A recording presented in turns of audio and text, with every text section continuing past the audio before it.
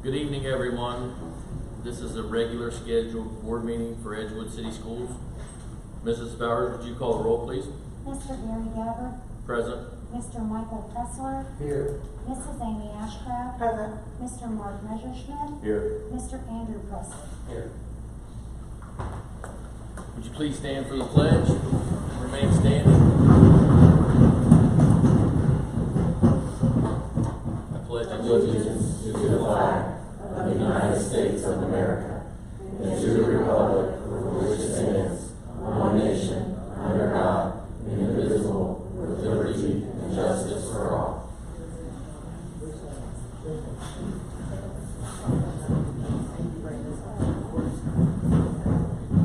Lord God, we thank you for this opportunity to meet and talk about business. God, I know I am thankful for every single board member. God, I'm thankful for every single faculty that pours into our students. God, give each board member and every person wisdom as they make decisions. And God, let this meeting glorify you. And God, let us make the best decisions for our students and pour it into their future, God. And again, I am so thankful and grateful for this community, for these people, for their passion for our future and our students, God. We thank you and glorify you in your mighty name. Amen. Amen. Thank you.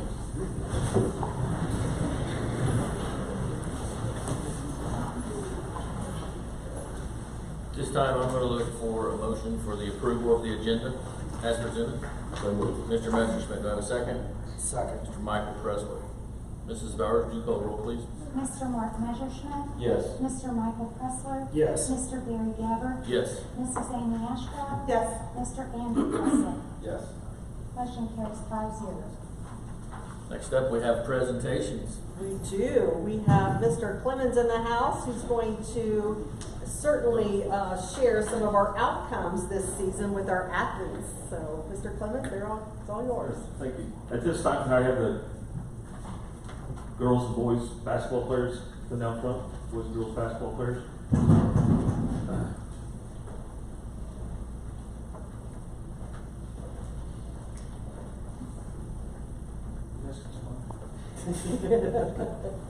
This is a representation for our boys basketball team. Keegan Sullivan couldn't be here tonight, but he was first team SWL District 15 underclassman All-Star, and he represented Edgewood last Thursday up at Northridge as representative of the All-Star team. So he played up there, had 12 points, had a great game up there, and their team actually won. Joined us tonight for this meeting, Cal Reynolds. The second team SWL and honorable mention Southwest Ohio. Tyson Daly, honorable mention Southwest SWBL and honorable mention Southwest Ohio. Sydney Schiff, girls basketball representation. She was our SWBL sportsmanship award winner this year. Great season by all these groups.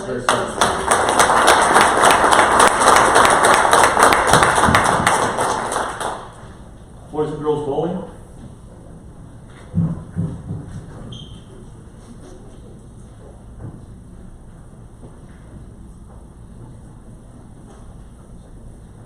I think we've seen these bowlers up here before. What a great group to go watch this year. If you've never experienced we do a lot of sports, but if you've never experienced a sectional or district bowling event, it's something to go take in to see the amount of people that fill this bowling alley and see these young people bowling, the excitement that comes from bowling, and see the excitement they have. The Baker's game, we're not sure what those are. It's like a relay bowling match. That's what I call it, because it's just they one after another. But the excitement of those things when they're doing those Baker's games it's something to be seen. So, like I said, got two representatives from the girls and boys bowling team tonight that had a great season. Brianna Colfax was our SWL sportsmanship winner. And then Trent Stewart, he was our district qualifier. And then he was SWL All-Star team this year. And this year he bowled a 290. Learning a lot of stuff, some missed records and stuff like that. We did put out that, that was a record. Came back to find out, learning from some people. Records get lost where we did have a young man that did bowl 298 back in 2012. Kyle Sinners did bowl 298. So, but is the second highest bowling score for Edgewood in 290. Senior night, parents, grandparents, siblings, cousins in the house. So it was very impressive to see that in front of his family, and they're about there for senior night. So congratulations. I on can't the even good pull a one. 98, so I can't. That's pretty impressive.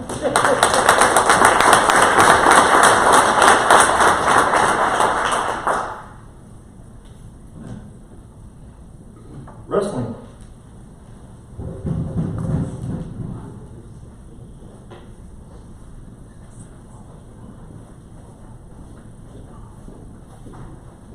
Good evening, gentlemen. You just keep on moving down. Good job. Once again, just a great group, fun group to go watch compete this year at the Edgewood Invitational and the different beats this year. Just the way they carried themselves, carried the community and the things they do. It's like just a great group to go watch, and very entertaining to watch them wrestle and represent our school district and themselves and their families this year. With us tonight is Carter Canyon. He was 4th place in the league, 5th at sectionals, and was a district alternate. Caden Rupert, district qualifier, 4th in the league. Rodney Lips, honorable mention, Southwest SWBL and the district qualifier. Kobe Sayers, honorable mention, SWBL, sectional runner-up, district placer 5th, OHSA D1 state alternate, and he finished his career with 104 wins this year. Isaiah Nichols, first team SWBL, sectional champ, district runner-up, OHSA D1 6th place finisher, and he finished his career with 125 victories this season. Very impressive group. Thank you, guys.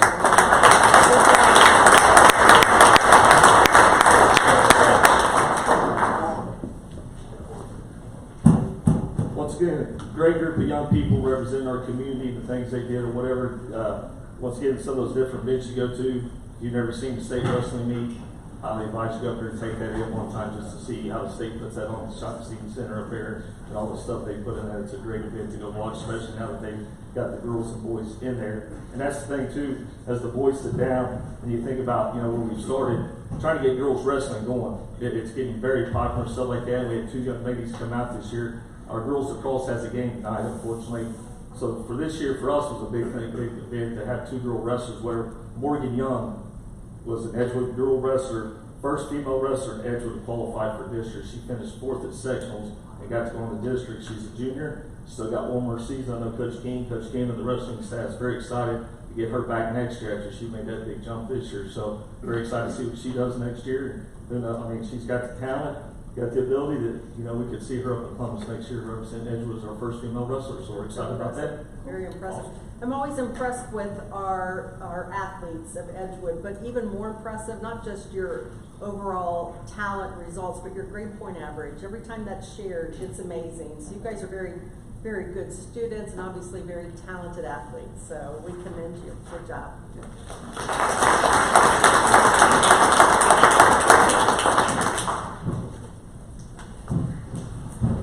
Mr. Fussnecker is next to the microphone. He's going to talk about outcomes, because our theme. He's not coming asking for money.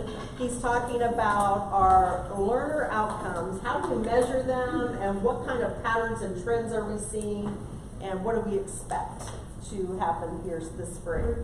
I do have a slideshow. I don't care if you turn around and watch it from your chairs, or if you want to see better to, go down to the chairs. It's totally up to you. Where are you at? Sorry, I'm getting my computer set. Sorry about that. So if you want to turn around and look, that's totally fine. If you want to come to the chairs, that's fine as well. So Ms. Spivey asked me to review what we call MTSS, Multi-Tiered System of Supports.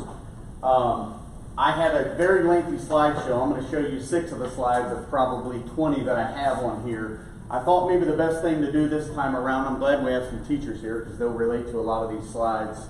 And I find often in a room of teachers, they can answer questions that I might not be able to answer. I am just going to review what we do at our mid-year MTSS meeting. We have 3 district MTSS meetings a year, beginning of the year, middle of the year, and end of year.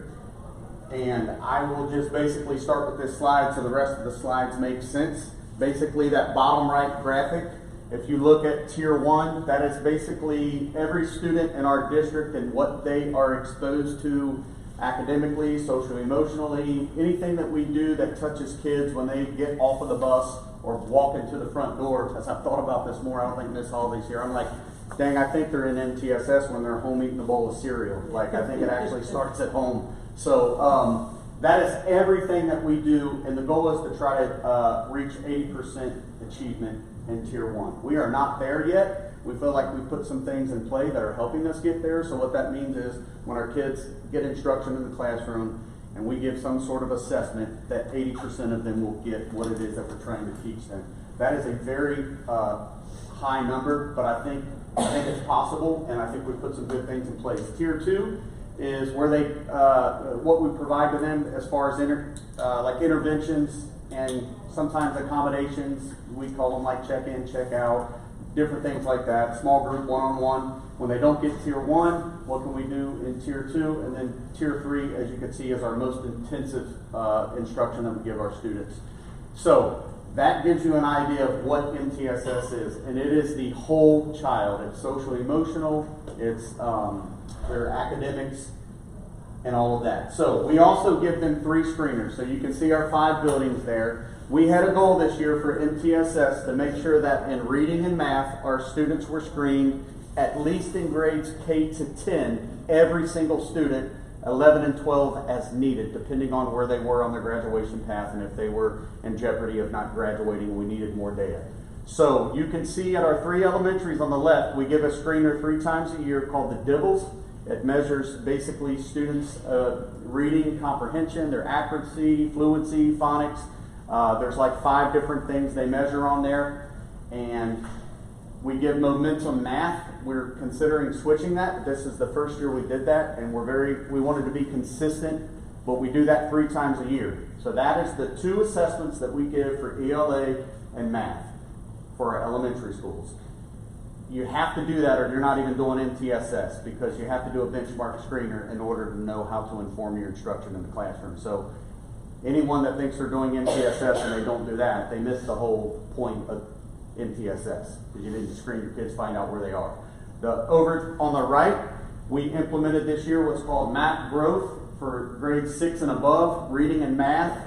And I'm very proud of the teachers and the administrators and any other staff that was involved in that. I know our tech staff. We rolled that out really quick, and we did a few crash courses on PD to try to figure out. And I told them, if you could just administer this once, and we don't even know what to do with the data when we get it back, we're going to count that as a success because of all the things that go into testing all students. Well, they did way more than that. They've been able to pull some data and be able to make some decisions about instruction. So we give reading and math benchmark assessments 3 times a year. That was a goal for us. And honestly, with consistency and fidelity, this is probably the first time to this degree since I've been in this role that we've done it this well. Every student grades K through 10 have been screened in math and reading across the board, beginning of the year, middle of the year, and they'll be screened again at the end. So that's one thing I'm really proud of our teachers and our administrators being able to accomplish that. It's not an easy thing to do. This screener there, I talked to Mr. Banks. I think you're going to do a SEL presentation in April with Mr. Caesar. That's basically a screener that is for our students to determine whether or not they need some support with their social emotional learning. There's some basic data on there. I probably need to hold off on that until you get a chance to give you some more in-depth data about it or things that you need to know about it. So I just wanted to show you that because I didn't want to leave it out, because I told you at the beginning that we screen students for social emotional learning and academics. That is part of the Tier 1 MTSS protocol. So we are doing that. This is, again, the first time that we've screened students consistently with a screener to try to address social emotional needs of our students. I will not go through every one of these, but as you can see on the bottom of this is the Early Childhood Center. You can see the bottom there where it says 2425 school year, middle of the year, the very bottom bar. That is where they just scored. Ms. Harrison, do we give that before Christmas break or right when they come back? At our building, we give it after. after. Okay. Buildings give it before. Okay, so it varies depending on the building. So the beginning of the year, what date did you give that on approximately? We administered it probably the first 3 weeks. Okay, so from the first 3 weeks of school until they got back from Christmas break, you can see the growth there that they had. You can see the red bar. We don't like large red bars like that. We like them to be small, like the one is on the bottom. I wanted to show you a little bit of that just so that you can see, you'll understand the rest of the slides. So we look at data like that. She presented on this at our mid-year MTSS just about a month ago. Every one of our principals track this. They look at it, they present it, we talk about it, we make action steps. So that is for the Early Childhood Center. You can see this is Miss Halsey's building over at the primary school. Grade 1 is the top 4 bars. Grade 2 are the bottom 4 bars. The trend there is that the red bar is getting smaller and the blue bar is getting larger. That's what we want to see. Honestly, we don't have a month of Sundays to dig into it as much as you'd like to, but I just wanted to show you that there is some growth taking place. They're very, very pleased with that. Little bit, that's their math data right there. They look at it a little bit different, but you can still see the language there. The VOI, beginning of year, MOI, middle of year. They're tracking how many students are scoring in those areas. We move to the intermediate building, 3rd grade, 4th grade, and 5th grade. So some varying data there. We were a little bit surprised by that 3rd grade data. You can see it trended in the wrong way according to what we were expecting, but we have some reasons why we thought it may have been this way. But we do have Amplify Reading that's in its, are we in its 2nd year by now? I see like Ms. Schmidt back, 2nd year back there. So we're hoping that we'll start to see some gains. We have had to buy some supplemental materials, like Sunday phonics program that we felt like there were some gaps in what the students were coming to them with, that hopefully they won't be coming with the same gaps anymore. So anyway, most of the data we liked. That was one that jumped out to us and we felt like we needed to address a little bit, figure out why. Here's their math scores. Again, Ms. Murr, she presented on all of this about a month ago with all of our administrators, all of our team in the room over there at EIS. This is a real cool graph. This is, you see that the bar switches a little bit.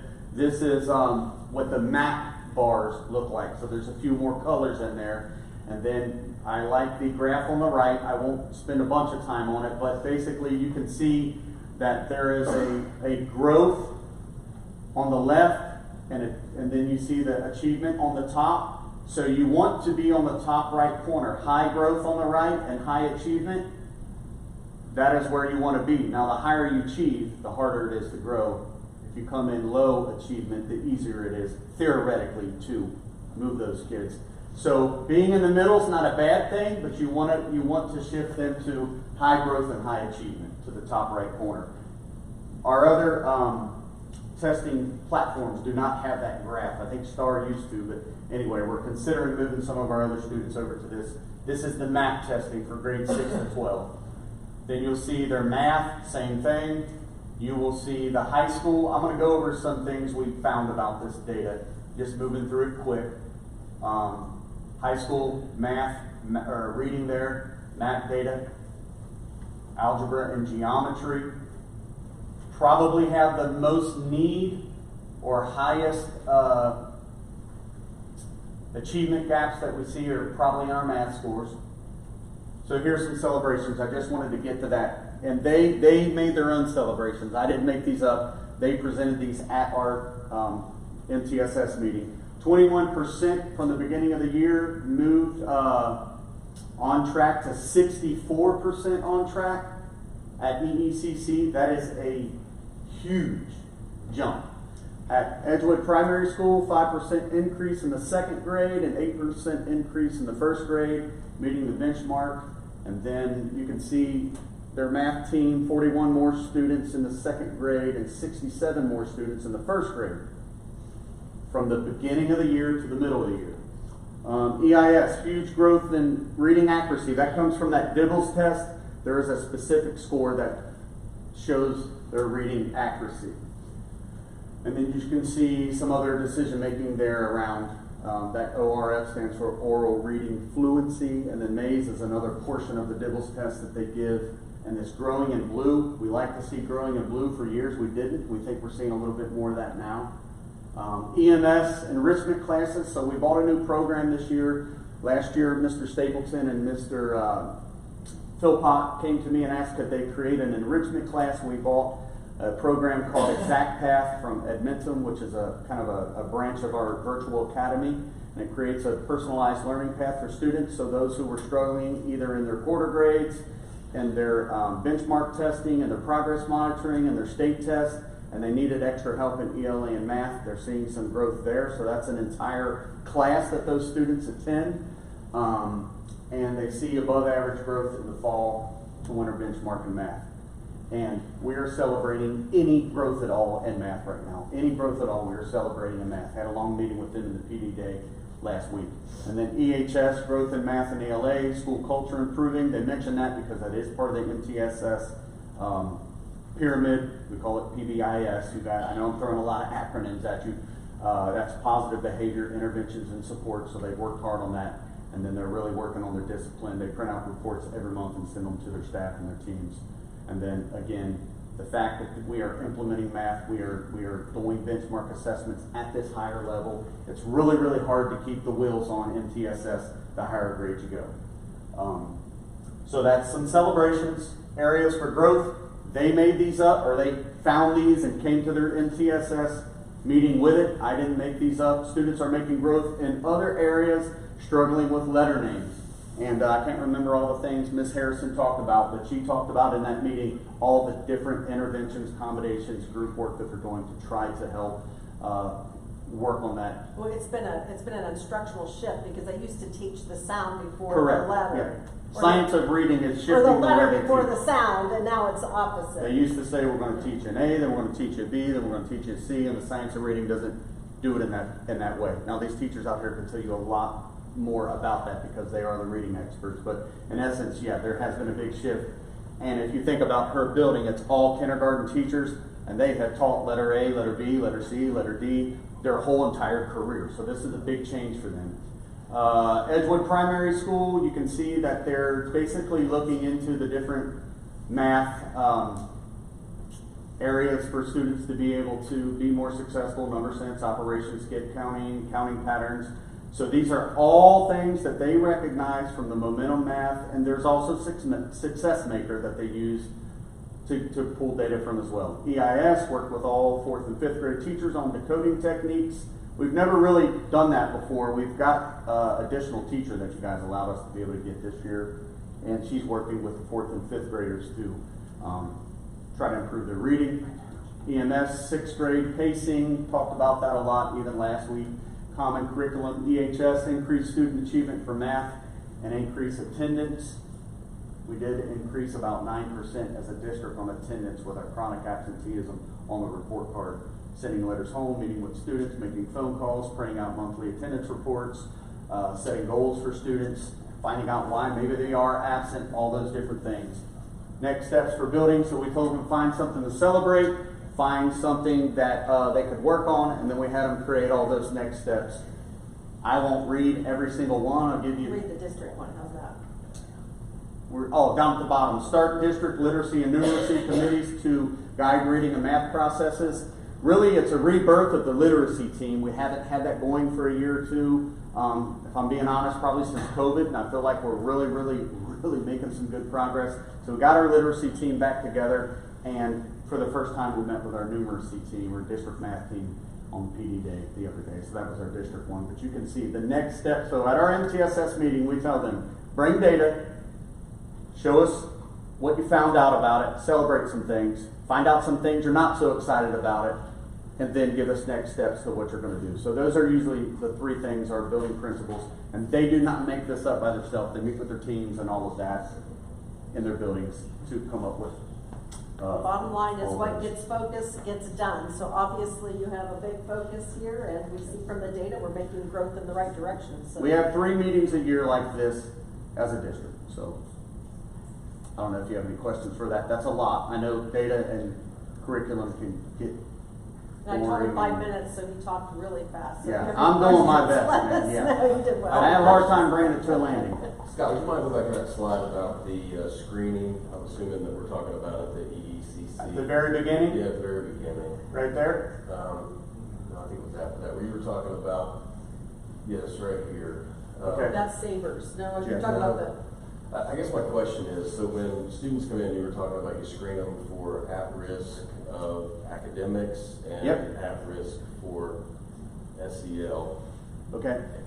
That's what you said, correct? Yes, 3 times a year. You want to do beginning, middle, and end in both of those areas. So my question is, I've been watching a lot of those political talk and different things that are going on around schools right now, and this has kind of piqued my interest. What's the screening look like? I'm assuming academically that's through some sort of an assessment, right? The dibbles and the map that So we what's had mentioned. What's the SEL screening? It's look called like? Savers, and that's why I wanted Mr. Is Banks to that, be. is that a written test? Is that a? No, it's observation. It's- Jeff, do you want to it's- speak to it? The kids do 20 questions. It's broken into 3 parts: academic, social, and emotional. So the kids in grades 2 through 5 actually sit on a laptop and they do it. Teachers also give input on the exact same questions. And they have 19 questions. So the students actually have one more question than the teachers do. And it's a research-based test, so it's nationally normed. So And is it subjective or is it very specific in terms of what the standards are? How do you determine? SEL is different, and it's Yeah. more. So when our kids get on, they're basically, it might ask them, do you like school? That's one question that it does ask them. They answer it 4 different ways. Almost always, often, sometimes, never. So depending on how the question's asked, we want them sometimes to say never. Sometimes we want them to say almost always, depending on, like, again, how that question is asked. So then it calculates at-risk behaviors based on all those So questions. it takes their whole entire score for all 3 parts, gives them an overall score, and then it actually breaks it down into the 3 different parts: the academic, the social, and emotional. So we can actually look at how every single student answers it, and we can also look at how the teacher, because sometimes it's different with how the kids are answering it and what the teachers are seeing. What do we do with that data? So I'm going to share a lot next month with you guys on the SEL. Mr. Caesar and I will be presenting a lot of that data for you guys. I'd be curious to know if there's data that suggests preschool has made differences, or daycare, or what leads to early success, I guess, and if you even have the ability to measure that or recognize that. The Search Institute actually has some publication on that, and they'll tell you qualifiers like they look at the family framework, exposure to like church and friends. That's not what we're using, but there is some research out there that talks about qualifiers that out of like 22 different traits, if you have a majority of these things in your life, like active grandparents, whatever, it will tell you you're more likely to be successful as a student. That's called Search Institute. We're not using it, but there are things out there like that. Do we look at any of those things at all as part of this process? For this, no, but working in early childhood building for the last 13 years, I have personally looked at how many of our kids come in with preschool experience. You'd be surprised that less than probably 25 to 30% of our kids have some type of preschool experience before they come to us. But what do you do with the data that if I was trying to get you to kind of bait you to say what you're doing with some of the SEAL groups and what does that data tell you? Do you want me to share the now? No, just do an overview. I actually have been met with the principals and sat down with them as far as how we are addressing some of these social, emotional, and every school is different. What they're doing at the early childhood building is not currently what we're doing at the intermediate building, and same with the primary. So we all have some different things on how we're addressing. They're looking at their data, we're looking at it and deciding kind of what is best, how can we best address the needs of these kids. So that's kind of what we're doing. I don't have everything with me currently, but I will be happy. I didn't mean to put you on the spot. I was just trying to get a better understanding of what that process looks like, because I've never seen it. So I can think the rest of the questions for when. So we're using a research out of Castle that talks about self-awareness. How well do you problem solve? There's 5 areas. How well are you self-aware, responsible? And that data kind of feeds into that, and then we're offering some additional skills around those 5 concepts. Lori, what would you like to add? So the KRA is something that we give to kindergartners the first week of school. So it's called the Kindergarten Readiness Assessment. So that is obviously how kindergarten students are coming to our district. So that's before any teaching is taking place. There's a social emotional piece that goes into the KRA, and the KRA data is back, and it's great to look at that, and you can compare students who have been to preschool programs before and those that have not been in preschool programs, and it'll show you that kind of information. So the KRA is a great resource that I can give that information to. Do the kids from preschool typically do better on that? Absolutely, yes. But I will tell you that the preschool has not, they're adopting a new curriculum next year that meets the science of reading, and it's a change of pace for them. So they're slowly making that change of place where we're not teaching a letter a week, we're teaching sounds straight. When they're 3 years old, we're not teaching them letters, we're teaching them letter sounds. So we have piloted that for the last 2 months, and we are moving into that curriculum next year. So I'm excited to see the difference it'll make. Also, our preschool does not right now have a standardized assessment that we give to all preschool students. So it's kind of old school pencil, paper, teacher just kind of created those. So next year the district has purchased that. So next year we will have standardized data for our preschool students that we can just analyze when they go into kindergarten. That's awesome, thank you. Thank you. As you can see, we've got a lot of smart people that help make the ship go here. Anything else? Thanks, Scott. I really appreciate it. Thank you.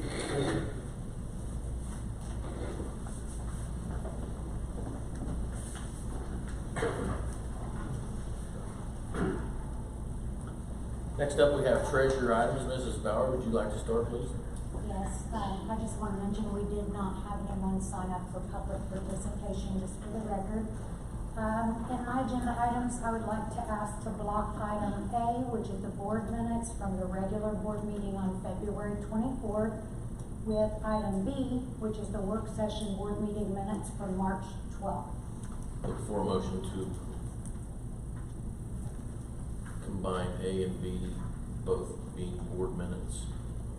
Mr. Andrew Pressler, do I have a second? Second. Mr. Mark Messerschmidt. Mrs. Bauer, would you call the roll, please? Mr. Andrew Pressler? Yes. Mr. Mark Messerschmidt? Yes. Mr. Barry Gabbard? Yes. Mr. Michael Pressler? Yes. Mrs. Amy Ashcraft? Yes.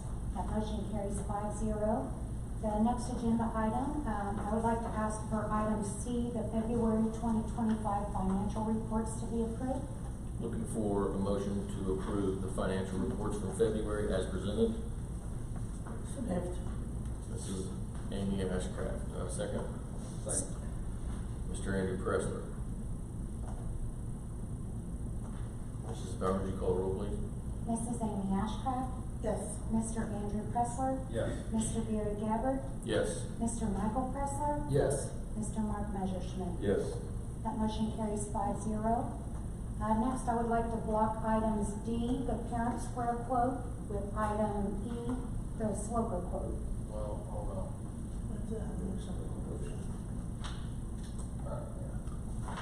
So moved. Thank you, Mrs. Ashcraft. Do I have a second? Second. Mr. Andrew Pressler. Any discussion? We can have to That's go. fine. I just. Any discussion on? Yeah, I was just curious what the parent square quote was. So Parent Square, we're going to use that to replace our current website. We currently use Apogee or Drillshare. It is not user friendly, quite outdated. We've had it for years. One example I'd like to give you, that awesome video that we showed you at the last board meeting wouldn't even go onto our website without being manipulated. It's just we need an upgrade on our website. Not just that, when we troubleshoot with them, like for instance, they'll roll over data and some will drop where people aren't getting their text messages or their phone calls. We'll call and say, how come, XYZ was dropped during this rollover? They won't get back to us for 7 to 10 days. It's just, I haven't been pleased since day one I walked into Edgewood with them. Not pleased with their turnover rate of problem solving at all. So this is replacing our current Yes. website? Yes. Yes. Well, that's great, because it does, I'm sorry. I mean, it's bad. It's not user-friendly, sorry. Tell us how you feel. I gotta put my filter on, I'm sorry. Yeah, I agree that it's bad. It's hard to find stuff, like, you think it's in a logical spot, and then it's not in that logical spot. And we found with calls too, when it drops, parents and they'll call and say, hey, I didn't get the call for the snow delay this time or whatnot. Another They call piece them too is our teachers love Dojo and they'll continue to use Dojo. But one thing our legal counsel has advised us is there's no way to track public records, the teacher comments to families on that. They have a component that will allow us to meet compliance on public records around messages to parents. So there's a compliance piece to it as well. Is this way more expensive since it's not way It's better? about $7,000. And it offers more platforms with it. Well, then get what you pay for. Any more discussion? And marketing's come up in our community engagement several times, and it's embarrassing to stand in front of people and say, I'm sorry, I don't know why that data didn't get rolled over, and we don't have a timely answer for you either. For this Waka code quote, is this new stuff? Is this life cycle upgrades? What is this? Yep, that's the one I emailed you about. It is evaluable. I think the quote was actually $105,000. We'll pay like $32,000. Zach is here and he can talk a little bit about this. So, do you want to tell him what this is doing? Yeah, this is just replacing outdated network equipment. Actually, here in the high school, a lot of the switches running the walls, the ports, and all the codes and stuff were put in when the building was built. This is just their life cycle. They don't get security updates anymore. So this will replace all those. We're actually downsizing the number. There are 56 switches in this building. We're only ordering 16. Just due to the demand. When they built this building, they built a lot more wired ports into it than it needed, because now everything's wireless. So we're actually lowering the number we're getting. Okay. But we want our data protected, so it's important. And we're thankful that we can E-rate this and get 70% off. So That's great. yes. So our price is gonna be around Like 30. 32,000. We did get 5 bids and this is the best. Any more discussion? Yes, sir. Mrs. Bowers, would you call roll, please? Mrs. Amy Ashcraft? Yes. Mr. Andrew Pressler? Yes. Mr. Gary Gabbard? Yes. Mr. Michael Pressler? Yes. And Mr. Mark Messerschmidt? Yes. Motion carries 5-0. Next, I would like to ask for approval of item F, the license and donation agreement with the Pee Wee Group. Looking for a motion to approve the license and agreement with the Pee Wee Group. So moved. Mr. Messerschmidt, do I have a second? Second. Mr. Michael Pressler. Discussion? Mrs. Bowers, would you call roll, please? Mr. Mark Messerschmidt? Yes. Mr. Michael Pressler? Yes. Mr. Gary Gabbard? Yes. Mrs. Amy Ashcraft? Yes. Mr. Andrew Pressler? Yes. Motion carries 5-0. Next, I would like to ask for approval of item G, the Butler County Head Start lease. Looking for a motion to approve the lease we have with Butler County Head Start. So moved. Mr. Messerschmidt, do I have a second? Second. Mrs. Ashcraft. Same as last year? Yep. Any more discussion? No, sorry. Mrs. Bowers, would you call roll, please? Mr. Mark Messerschmidt? Yes. Mrs. Amy Ashcraft? Yes. Mr. Gary Gabbard? Yes. Mr. Michael Pressler? Yes. Mr. Andrew Pressler? Yes. Motion carries 5-0. Next, I would like to ask for approval of item H, the 25-26 Butler County ESC COG rate MOU. Looking for a motion to approve the 25-26 Butler County COG rate MOU. So moved. Mr. Messerschmidt, do I have a second? Second. Mr. Michael Pressler. Any discussion? Did it go up at all? I'm sorry, I did not. No, look it's at the that. same. I should have looked that up, but I didn't. Mrs. Bowers, would you call the roll, please? Mr. Mark Messerschmidt. Yes. Mr. Michael Pressler. Yes. Mr. Gary Gabbard. Yes. Mrs. Amy Ashcraft. Yes. Mr. Andrew Pressler. Yes. Motion carries 5-0. Next, I would like to ask for approval of item H, a new fund special cost center for Community Connections Grant. Look for a motion to approve the new fund Communities Connections Grant. So moved. Mrs. Ashcraft, do I have a second? Second. Mr. Michael Pressler. So everything that you've sent to us is like, we're just a portion of that? Yes, the two bottom lines there, that was all I had to get it approved. So this is for 2 teachers. You can see it on the bottom, EPS, Edgewood Primary School, $890, and then early childhood. So 2 of our teachers were awarded $890 grants for use in their classroom. Okay. All right, thank you. Any more discussion? Mrs. Bowers, would you call the roll, please? Mrs. Amy Ashcraft? Yes. Mr. Michael Pressler? Yes. Mr. Mark Messerschmidt? Yes. Mr. Andrew Pressler? Yes. Mr. Gary Gabbard? Yes. Motion carries 5-0. The next agenda item is just some informational items. Just wanted to let you know we have wrapped up our FY24 audit. We're glad to be past that. Also finally wrapped up some ESSER reporting this weekend. Glad to be finished with that. We have threshold costs now coming in, and I know often as we're placing kids out and doing things for our special needs kids, this comes up. So I just wanted to let you know that that process is starting, so we'll be filing threshold costs. We have another month or so to be done with that. The next item on here is House Bill 96. I'm not going to read this verbatim for you, but just kind of wanted to give you a timeline in there of what's going on. Hopefully we'll have some more information by April 1st, but this is a bill. I emailed our community and staff members and asked that they reach out to our legislators. I know Josh sent it out again today. From the community engagement meeting, they asked for something that was a little more streamlined, that they could basically just put their name on, sign, and go. So Josh was good enough to get that sent back out today. So hopefully everyone's out there and talking about all things school funding and sharing the importance of the funding for our public education. I think that's all I have. If you want to move on to superintendent. Thank you, Mrs. Bowers. Well, I have a question. Oh. Can you Yes, explain ma'am. what threshold costs are? It used to be called CAP costs, so we Oh, have okay. excess costs, and yeah, they just changed the name of it. Okay. I mean, you can explain it to other people if you want. Oh. So we actually file, we will have students that are court placed or open enrolled here in our district.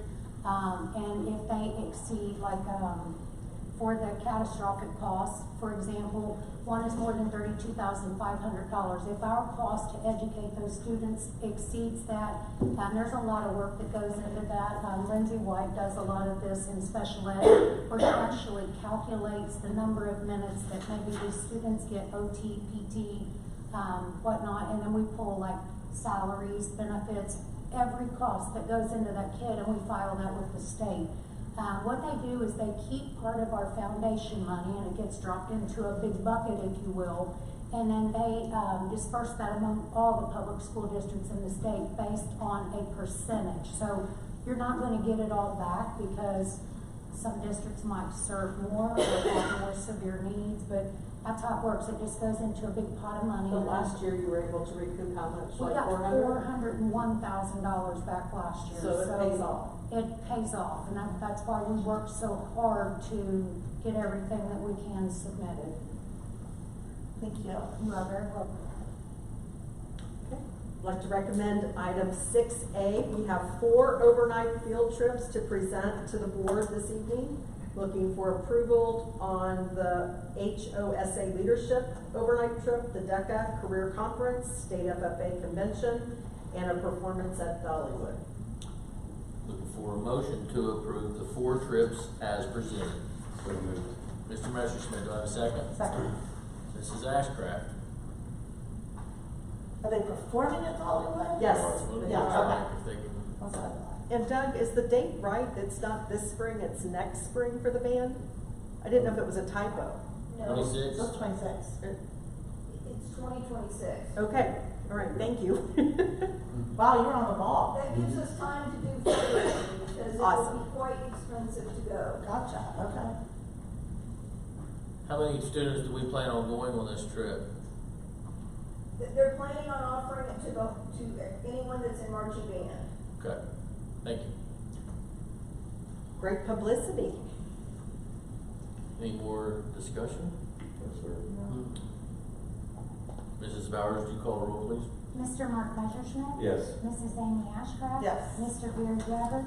Yes. Mr. Michael Pressler. Yes. Mr. Andrew Pressler. Yes. Motion carries 5-0. And I have a few informational updates. Would like to remind the board that this information before you, we have some on the back table about the financial history of Edgewood has been disseminated throughout the community. The last month or so, we've been discussing at several board meetings since October, November, the need to have a renewal back on the ballot this spring. And also, there's been rules that have changed. I think some people are asking, where's our campaign committee? By law, I'm not allowed to orchestrate that, nor is Patty, and to my knowledge, no one has orchestrated a campaign for or against a levy to date. But before you is just a reminder that, you know, in Ohio in 1992, it was deemed unconstitutional as far as the state funding mechanism. It's never been fixed. You heard last month that we're hearing changes with federal funding and possibly state funding, which really could put more emphasis on local funding. We've also know that we have been experiencing some of the highest inflation costs in history as far as an increase over the last several years. We also know that we want to retain and hire quality staff. So it's our job as superintendent and treasurer to really look at our budget and talk about what are the haves that we must have and what are wants that maybe aren't necessarily needs. And so you will see a renewal back on the ballot. If we had known of the federal cuts and possible state cuts back in November, as well as the changes in the biennial budget, we probably would have asked the board last November to go for new money, not a renewal. We know that we are going to need a lot more money than just what this renewal can provide. So before you is a list that I'm sharing with the public. I shared it with community engagement last week. But it basically says the way the binding budget's presented, we're already coming in with deficit even if the renewal passes. I want to repeat that. We're coming in with the deficit spending even if a renewal passes. That means if a renewal doesn't pass, we're going to have to come back to this table and really talk about how we change programs. If the renewal passes, I do believe I can present to the board next month a plan to reduce transportation costs slightly more, reduce curriculum and professional development costs slightly more, reduce administrative costs as well as an exempted employee cost, as well as savings through attrition. If need be, we might have to look at some reductions, but by all means, it's not my intent as superintendent who loves public education to reduce our academic programming. That's not my intent. It's not my intent not to keep our quality staff here at Edgewood. We want to be competitive and we want people to move into our community. So I share all this because again, we put this out via email. We've talked about it at community engagement. There's also some dates that we're going to have a State of the Schools conference at Community Foundation Church coming up. Foundation Community, I always mess that up, Scott, don't I? sorry. And we have a ministerial breakfast in May that we're gonna talk about this topic as well. And I have a coffee chat scheduled May 2nd at State Street Coffee for public to come in. If anyone wants to invite me in their homes, I'll be happy to talk to whoever wants to listen. But that's how we're getting the word out. So I just want to share that, remind the board. I know you're aware of most of this, but any questions? What does someone need to do if perhaps someone sitting in this auditorium tonight would want to be in a campaign finance committee to the levy committee? Yeah, What I'm would not they need allowed do? to. Well, I'm Could not allowed they, to could they connect come and to direct you? that. We could work and give them the language on that, but that has to be grassroots efforts. I cannot even be connected to that. So who would they go to find all the information out that they needed? I can get Jim information Wortley. I can get information to them of, and I would say Steve, Ham, and Paul would help in any way. That's who we worked with back when the laws were different. Okay. Is it too late to start that? It's never too late, but, I mean, I think that it is what it is. I mean, if this is a renewal, it's not any new money. It would be keep it as is. We really should have asked for new money if we had known all the cuts that came in after we put paperwork in to be on the ballot, but we will make it work. So is this even to keep it as is, or is they're still gonna? They're still gonna, like I said, there's. Even if the levy passes. Yeah, you'll see I'm gonna have a proposal next month to the board of some things we still need to cut even with a renewal. If we don't have a renewal, we're gonna have some sleepless, if we don't have a renewal that passes, we're gonna have some sleepless nights, because that's called reorganization. We've already had sleepless nights, just to be honest. Yeah. So I've heard from people in the community, and we actually, as part of public participation in here at the last meeting, was actually brought to our attention that there's people in our community that kind of think that because they're not seeing signs and they're not hearing about this through a committee, that there's a levy that it's almost like we're trying to slide it through. And I don't think people understand that no one on the stage can go out and knock on doors and put up signs and things like that. Unless you like to wear orange. Right. And my concern is that people think that we're trying to do something shady. The reality of it is we can't be involved in it. But the other thing that really concerns me though is that, I've seen the numbers, and if this renewal passes, it buys us a year, so all it buys us, and then we go back out and ask them for new money. I don't think that this is one of those things that we can cut our way out of, but I do think, as a community member and somebody that interacts with a lot of community members, I don't think we can continue to have tax levies every couple of years either. So I think some of the stuff that you're talking about, we're going to need to find a happy medium on this, and we're going to have to figure out how we can be even more efficient than we already are. I mean, your data shows that we're in the bottom 20% in terms of lowest operating cost per pupil in the state, but I think we're going to have to find ways. There may be some things that change, and I hope that people are watching this from home, and I hope that people are talking about it in the community. I think you did a great job at the community engagement event talking about all these things, and I think the people that were there that night left and realized the situation that we're in. But I don't hear people talking about it. I don't think people really understand just how serious this is. If this renewal passes, we're probably going to be back on the ballot in 18 months, and if it doesn't pass, we're going to have to cut. Yeah, well, pretty again, deep. I feel like we're using a crazy 8-ball to make these predictions. Some of it also depends on where does that biennium budget land, and that's why it's so important to contact our legislators and let them know. I mean, this could be like the perfect storm that is really critical. So again, it's not just about the renewal. Depending on where that biennium budget lands too, you're right. We could go right back out. So if we don't have a committee, I know you can present facts to parents and staff, and have you thought about ways to maybe try to get information out, at least to the folks that you have? Well, as we discussed community engagement, again, ThrillShare's not hitting everybody, but I'm having a meeting with administrators on Wednesday, going out and talking to staff after, as a matter of fact, I think I'm at the middle school tomorrow, and then administrators on Wednesday. But we're going to ask our teachers to also disseminate through Dojo or in our buildings through their newsletters we can disseminate factual information, we just cannot say, go vote for the levy.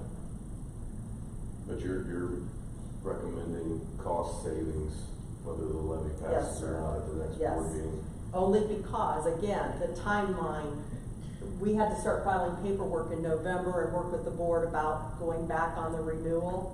If we had known then what we know now about federal funding changes, state funding changes, including this biennium budget, which is a real change, and it's called the fair funding budget, which is not treating Edgewood very fair in it. Matter of fact, the proposal, which it will change before it gets approved, Edgewood and Fairfield are benefiting the least in the county. It's damaging to us the most. So if we had known then in November what we know now, we would have asked for new money, not a renewal. Why is it more damaging, I'm sorry, Yeah. more damaging to us? Driving that. I'll let Patty answer that, but it's based on our student butts in seats, and it's based on wealth. Because we were part of the county that had some of the higher tax increases. I've said repeatedly, as we get richer locally, we get poorer with the state, so the more, I have here, I don't know who said this, but we're talking about our cost per pupil, 10,130, what we educate. What we're getting for those students is, our base cost is $8,086. So even though us being as low, way low in that 20% at 10,000, if you look at it, we're still deficit spending on every kid. We're still spending over what we're getting for each kid. That is why our cash balance is depleting. I mean, we cannot keep up. Our expenditures just keep soaring more than what our revenue is coming in, and we're spending more than what we're getting to educate the students. And that's why a lot of this is unfunded mandates. Let me just share with the public real quick. There's an unfunded mandate that says we have to provide intensive intervention to students in reading in certain grade levels. When we looked at our data, that's a hiring of 7 additional staff members for next year. Now, we're trying to be creative and do things through attrition and really look at our teacher-student ratio, but that's an unfunded mandate that we do not receive any additional money on. So, I wish if you could really write your legislators and share, just how important this is. I really feel like if our nation would address poverty, it would fix all of these issues and these unfunded mandates. But anyway, that's getting off to a whole other topic. But do you have a number that you're going to present to us in terms of what we need to cut? Yeah, I believe Patty and I are going to sharpen our pencils again, but I believe the last time we looked at this last week, it's going to be $1 million. She would like 1.5. We arm wrestled and we landed on 1 million. No, it's going to be $1 million. And if we cut that now, that adds up over the 5-year forecast. If we push it down the road, that magnifies. Cutting the million, will that push a levy off any further beyond? Again, Mark, that's going to depend on where the biennium budget lands. And I don't know that. When will we know that? Because you've talked about that several times. I know. It's with the House right now. They're looking to have a new substitute by April 1st. If you look down in my treasurer's notes in the section, it kind of gives you a timeline. They've got to all the way through June to get this done, but they have like a 2-week spring break in there. So once the House is done with it, it's going to go back to the Senate. And I want to share with you too that this budget bill is not the only issue that we're dealing with. We have Senate Bill 166. And we also have Senate Bill 2. There's another bill out there looking at lowering property taxes where they're taking your substitute rates and applying them to the 20 mil floor. It's not just about this budget bill. So that makes it very hard to come to you and say that we need X amount of dollars. There are too many. Especially when you have such a low cash flow. Yeah. Districts that are sitting there with multi-millions, I mean, they don't like it, but they're able to certify their 5-year forecast. We're talking about, can we certify our 5-year forecast? Well, we needed 3 years to get certified. Right, We right, need but, Certified 3, right? Yeah, we need correct, positive but cash. he's asking when will we know, there's this perfect storm that could hit that we, that's pushing. Year 3. Exactly. It's not. Yep. Pretty. So we're working hard at it. You know, it's kind of scary to talk about this stuff. It's almost like in your household, what do you share with your children? I kind of feel that way as well with staff, because I want our staff to know that they're going to be secure here. It's our job to find the money, but it's also our job to make you knowledgeable, to know that there may be some changes, and that's the rationale behind it.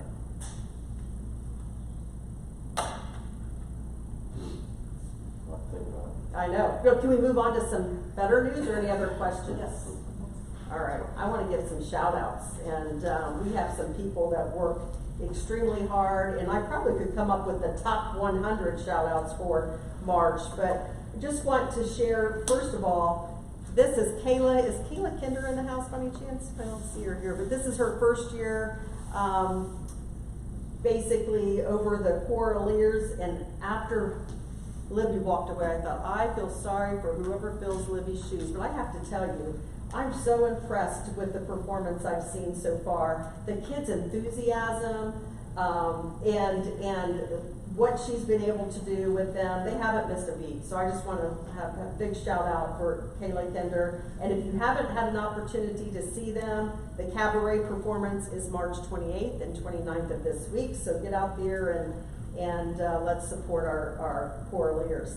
Next, I want to do a real big shout out. This is our first time in Edgewood that we actually have a state officer, Aiden Johnson with DECA, who's the first Ohio DECA State Executor Officer, and I think it's our first for Edgewood as well. But what a great way to bring kudos to Edgewood, and we're really proud of Mr. Chasteen for working with the students and taking them to those competitions and getting their names out. But we're excited that Aiden is the first DECA executive, not FFA, DECA executive officer. So that is great. And then I just also want to give a shout out to our athletic department and the accolades we saw tonight. It's fun to see our kids successful, and that's really fun. So that concludes my items. Thank you, Mrs. Spivey. Next up, we have items from board members. Mr. Messerschmidt, would you like to start? Yes, sir, I would. So, Kelly, I want to piggyback off of what you just said, and I'm gonna recognize John Arnold, Nick Fields, the middle school band, the high school band, and the jazz band for their March concert, which I believe was March the 13th. I had an opportunity to go to that concert, and I was absolutely blown away. And when we've talked about it in here, you know, our fine arts and how strong our programs are. But it was an absolutely incredible show. I absolutely enjoyed it. John and Nick did such a good job. And then I didn't see it, but it's my understanding that the Overtures performed at a Cincinnati Cyclones game Saturday over the weekend. I heard there's a video running around somewhere, and from all accounts, they did exceptionally well. So just, you talked about the choraleers and how strong we are. I mean, we saw the student athletes that Scott brought in here tonight, and we've got some really good ones, and we also have some really talented musicians in the district. So it's awesome to see, and the hard work that our staff puts in to produce those types of shows. And then I mentioned it when I walked up on stage. Just kind of wanted to recognize Chief Master Sergeant Michael Pressler for his promotion in the United States Air Force, making it to the pay grade of E9, which is the highest enlisted rank you can achieve. So I thank you for your service, my friend, and your service to the community. So Absolutely. I just want to recognize you for that accomplishment. It's a big deal. Thank you. Congratulations. I'm scared. Thank you, Mr. Messerschmidt. Mr. Andrew Pressler. I'm good. Appreciate it. Thank you. Mrs. Ashcraft. Thank you. Well, I just want to say, you know, I know sitting out there listening to us talk about cuts and staff, you know, attrition and all that. Just know that we are all taking this very seriously. We did have a work session a couple weeks ago. I don't think I've slept a full night since then. And, you know, we're doing everything we can to keep it away from the kids. But also, you know, we have great staff. We want to protect them as well. But just know that we're taking it very seriously. None of us take it very light, but have confidence that we're doing everything we can. But we need help, to get that accomplished. I can't say very much. I'm trying to put my filter on. But if there's anybody that wants to help, please let us know, because we are not allowed to do anything. We're very limited, and it's very frustrating to sit here and not be able to give opinions or talk to people about it, or we can just give facts. And I feel like, yeah, we know that. What do you think? Well, I can't tell you what I think. So we need people that can get out there and give opinions and thoughts and stories and things like that. So just any help would be appreciated. But if there's no one that does that, just know we're doing everything we can. That's all. Thank you, Mrs. Ashcraft. Chief Master Sergeant President. I'm good, thank you, sir. I really don't have anything to add this month.